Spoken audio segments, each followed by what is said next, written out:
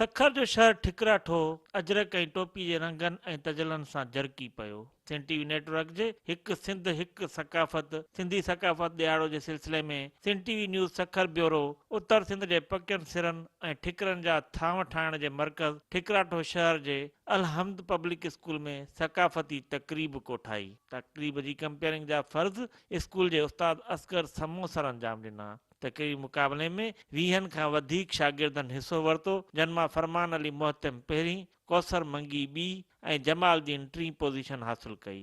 School जे ॿारनि जो चवणु हो त उहे सकाफ़ती ॾींहं खे ईद जी ख़ुशियुनि जीअं मल्हाईंदा।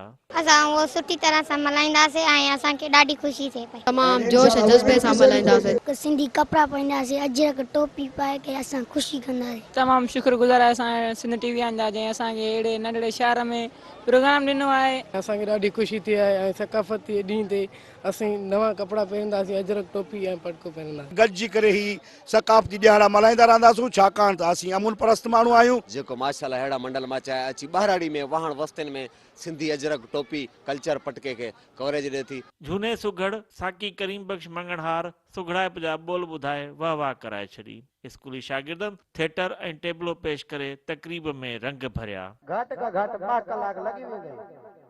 चांहि चाढ़ंदे या ऊठ बजाईंदे, पानी हो बचण कड़क जे जल्दी ना उभरे। अलहमद पब्लिक स्कूल जी सकाफ़ती तक़रीब में अलाउद्दीन मोहतम, अब्दुल सत्तार समायर, मशहूर सुघड़, बरादी मंगी, ठिकराठवी शहरनि ऐं स्कूली ॿारनि भरपूर नमूने सां शिरकत करे सिंधी सकाफ़त सां प्यार ऐं पाबोह जो इज़हार कयो। उन्हनि इहो बि अज़ब ॾेखारियो त उहे हिकु सिंध हिकु सकाफ़त जे नाले सां सकाफ़ती ॾींहुं जोश ऐं जज़्बे सां मल्हाईंदा। कैमरामैन आगा शोएब पठान, जावेद घुन्यो ऐं साथी रिपोर्टर मजीद महर सां गॾु मुश्ताक टावरी, सिंध टीवी न्यूज़ ठिकराठो।